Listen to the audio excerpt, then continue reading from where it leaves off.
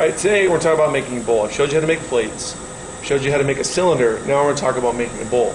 This is by far the most easiest thing to make, but most difficult to make look good. Because of the shape of how it's going to be. The clay naturally wants to flare outwards. So that's the easy part. It's going to want to go outwards anyways when you're making your piece.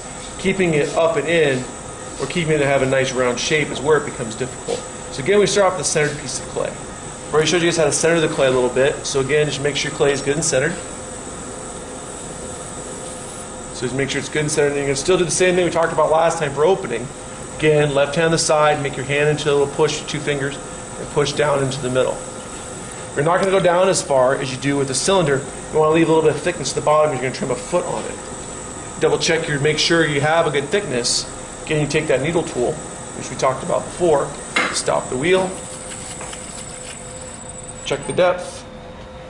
You're talking about a good ½ inch is what you're looking at. Or even an inch, that's fine. You have a nice, robust foot on the bottom of your piece. Again, this time though, you're going to be a little different. You're going to pull it open a little bit wider.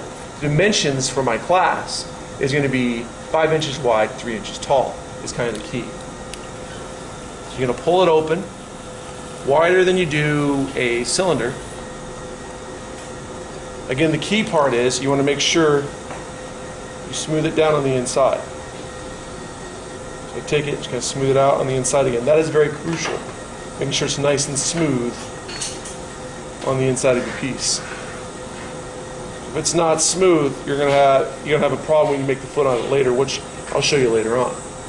So you have your piece here, and it's all ready to go. You have your width of your base open and all that. All you got to do this time, remember we talked about cupping it with your hands?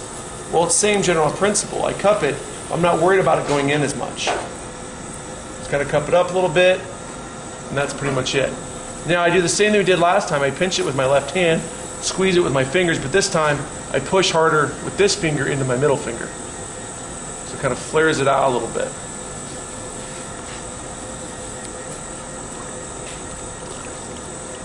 And I get my sponge now and I begin my pulls. I'm only going to do about 1 or 2 pulls. And again, I'm pushing my left hand into my right hand as I'm pulling this up. So it's pushing hard this way, so I'm letting the clay flare out this way as I'm pushing.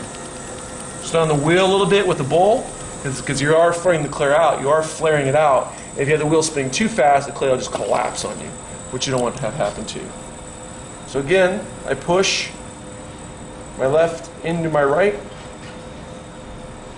At first, it's going to look like a really wide cylinder, because I'm evening all the clay out. That's what I'm doing. I'm not worried about collaring in this time, because it is a bowl.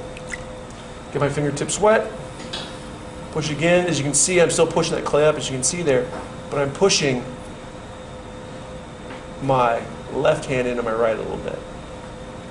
And you can see it's beginning to get widened out a little bit. It's getting wider. I'm letting the natural curve of the spin of the wheel help me out with this.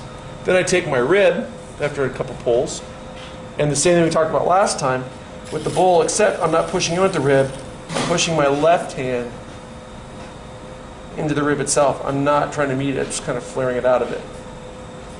So I have the bowl kind of started here. Now, what I want to do is I'm going to use this round part of the rib on the inside and flare it out. Here's the critical part here, is I want to kind of push the rib here. As I'm pulling up, I let the rib spin to fit the middle. That kind of helps with the spinning of the wheel that's going on here. So what I do is I make sure the rib's a little wet. I push my hand in there and I begin to spin it. As I pull up, it's coming up more towards the center. Pull my hands away very slowly, because you don't want to make sure the rim has a certain weight of thickness. If it gets too thin, it's going to collapse. I can use a little wool chamois here, a little leather chamois to kind of smooth the lip out a little bit. But the big thing I want to do is I want to add a little flair to this, so it gives the look of a nice bowl. All right? Take the water out of the inside of it. Then I use my little wooden stick here to get the excess clay off the bottom. Don't leave a bunch of clay on the bottom of your bowl. It's not very good. Again, I can also use my wooden rib. Same basic principle. Get some of that clay off the bottom of it. Then once I'm done with that, I just take my wire tool once again, tight between the fingers of the bowl spinning. You spin it on through, so it's cut through the bowl. Turn the wheel off.